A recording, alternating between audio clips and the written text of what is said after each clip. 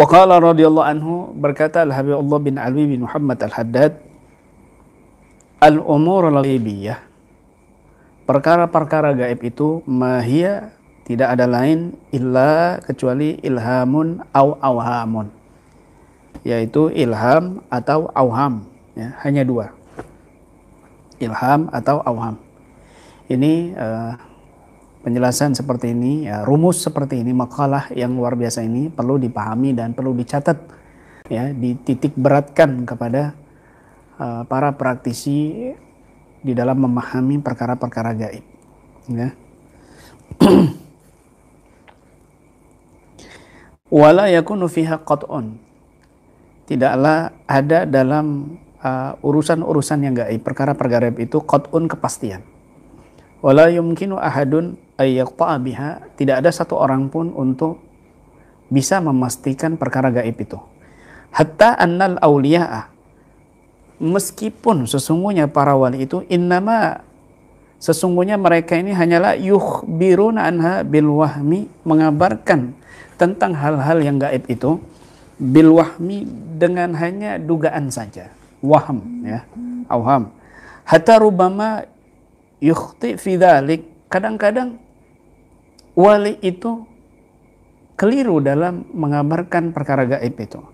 Wala yumkinul qat'u al-mutayaqqan, dan tidak bisa dipastikan perkara itu dengan yakin illa fi laufil mahfud, kecuali apa yang ada pada lauful mahfud.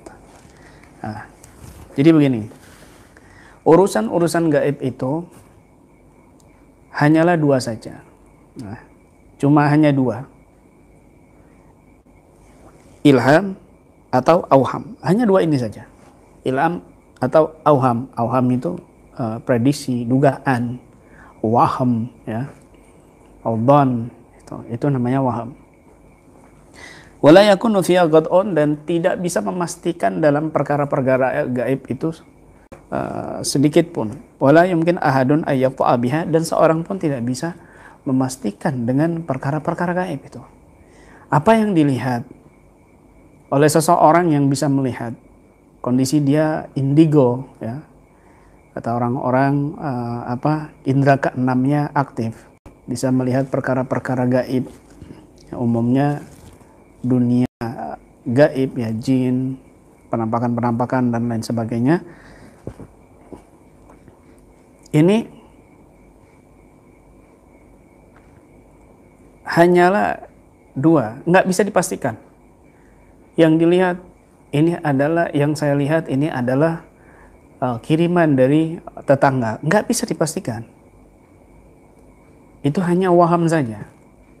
Yang saya lihat, saya ini adalah sedang diincar oleh setan, oleh iblis dan lain sebagainya. Nggak bisa dipastikan. Saya ini ada khodam, saya ini ada jin keturunan, jin nasab lah, jin leluhur lah, atau mungkin tumbal dan sebagainya. Nggak bisa dipastikan, tidak bisa dipastikan. Metode-metode, teknik-teknik yang ada itu hanyalah sekedar hipotesis di dalam menggali informasi agar kita bisa menangani lebih simple, lebih efektif, lebih maksimal dan optimal, gitu. Bukan satu kepastian. Kita mencari solusi yang terbaik, yang sekiranya mudah ditangani, ya, mudah ditangani, ya. Maka hal ini, ya, perlu menjadi catatan penting buat para praktisi, khususnya KBRA, Keluarga Besar Ruqyah Aswajah, ya. Ini yang perlu dipahami.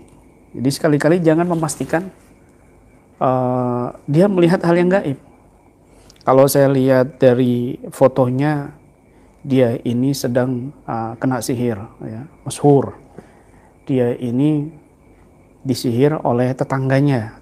Ini tidak boleh seperti itu, ya, tidak boleh memastikan, tidak boleh memastikan. Dan di KBRA ini larangan seperti itu, melihat foto dia begini, ya. Menterawang-terawang. Kalau saya lihat dia ini ada kuntilanaknya di sebelah kirinya, sebelah kanan genderuwo, ya kan. di kepalanya tuyul misalnya gitu. Ini nggak boleh seperti itu. Ini di KBRI ada SOP-nya ya. Tidak boleh menerawang dengan terawangan apapun. Begitu. Tidak boleh memastikan. Ya, tidak boleh memastikan perkara-perkara gaib. Karena perkara gaib itu hanyalah dua, ya. Al-umurul gaibiyah ma hiya illa ilhamun au auhamun. Jadi perlu dicatat, ya. Perkara gaib itu hanyalah dua, yaitu ilham atau auham. Ya. Ilham atau auham.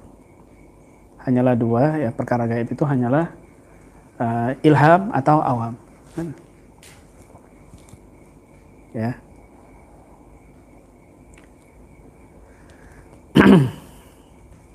Tidak boleh memastikan. Wala yumkin ahadun ayyaqta'a biha. Seorang pun nggak bisa memastikan.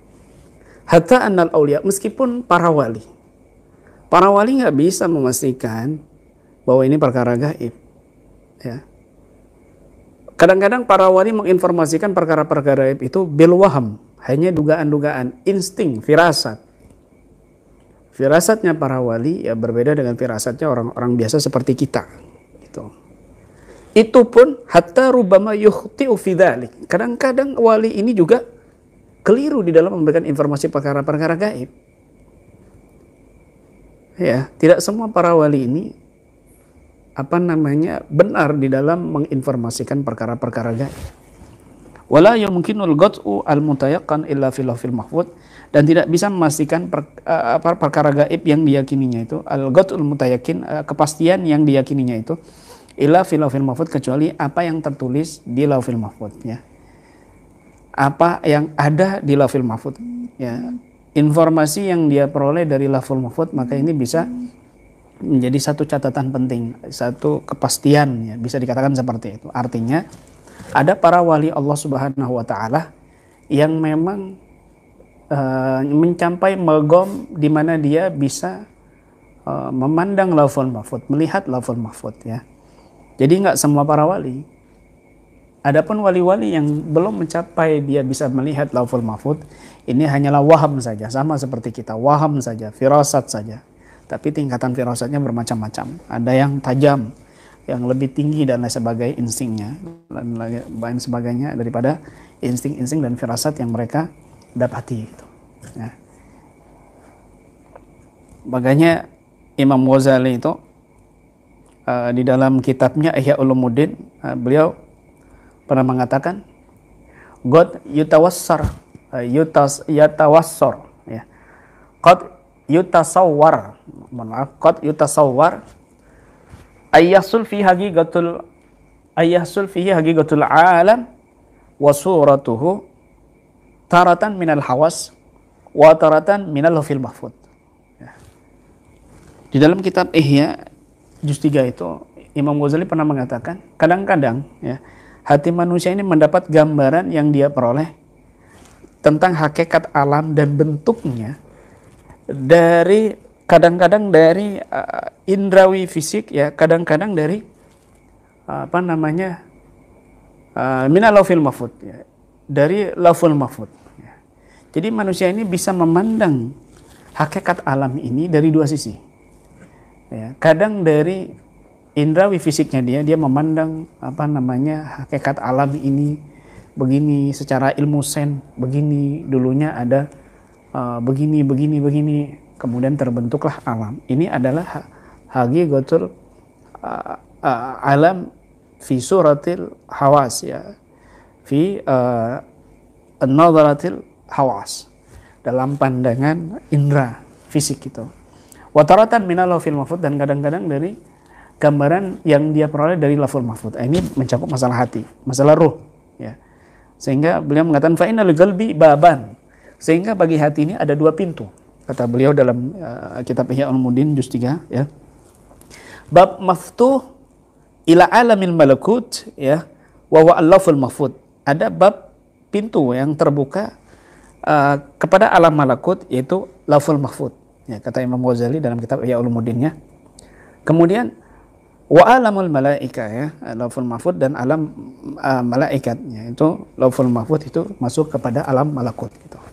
Nah, kemudian wabab maftuh ilal hawasil khams al mutamasika bi alamil mulki wa syahadah. Ada pintu yang kedua, yaitu pintu yang terbuka pada indera yang 5 ini yang bersentuhan dengan alam mulki dan alam syahadah. Nah, jadi manusia ini memiliki di dalam hatinya ini ada 2 pintu. Pintu yang menyambung jalurnya kepada Lauhul Mahfuz, ya, alam malakut, alam malaikat. Yang satu lagi pintu kepada alam nyata. Gitu. Dan sering saya katakan bahwa unsur manusia ini ada 2, ya, unsur alamul amri dan unsur alamul khalqi, di mana alamul amri ini berkaitan dengan ruh, ya, berkaitan dengan hati, ruh latifah, ya. Alamul amri, kenapa dikatakan alamul amri? Karena Allah berfirman dalam Al-Qur'an, yas'alunaka 'anir ruh qulir ruh min amri rabbi, ya, sehingga dikatakan alamul amri. Dan alamul khalqi adalah penciptaan, ya, daripada jasad kita, fisik kita, gitu. Sehingga dikatakan alamul khalqi. Bisa dicek dalam kitab Ihya Ulumuddin dan kitab Al-Ghunyah. Saya rasa cukup sampai di sini dulu. Mudah-mudahan bermanfaat dan insya Allah bisa menjadi ilmu yang bermanfaat untuk diri Al-Fakir dan juga untuk para pendengar, khususnya para praktisi KBRA di manapun berada dan yang menyaksikan video ini bisa mengambil manfaat dan faedahnya. Demikian, mohon maaf apabila ada salah kata atau menyinggung hati. Usikum nafsi bitaqallah, wabillahi taufiq wal hidayah wa ridha wal inayah ila liqa wal afa minkum. Assalamualaikum warahmatullahi wabarakatuh.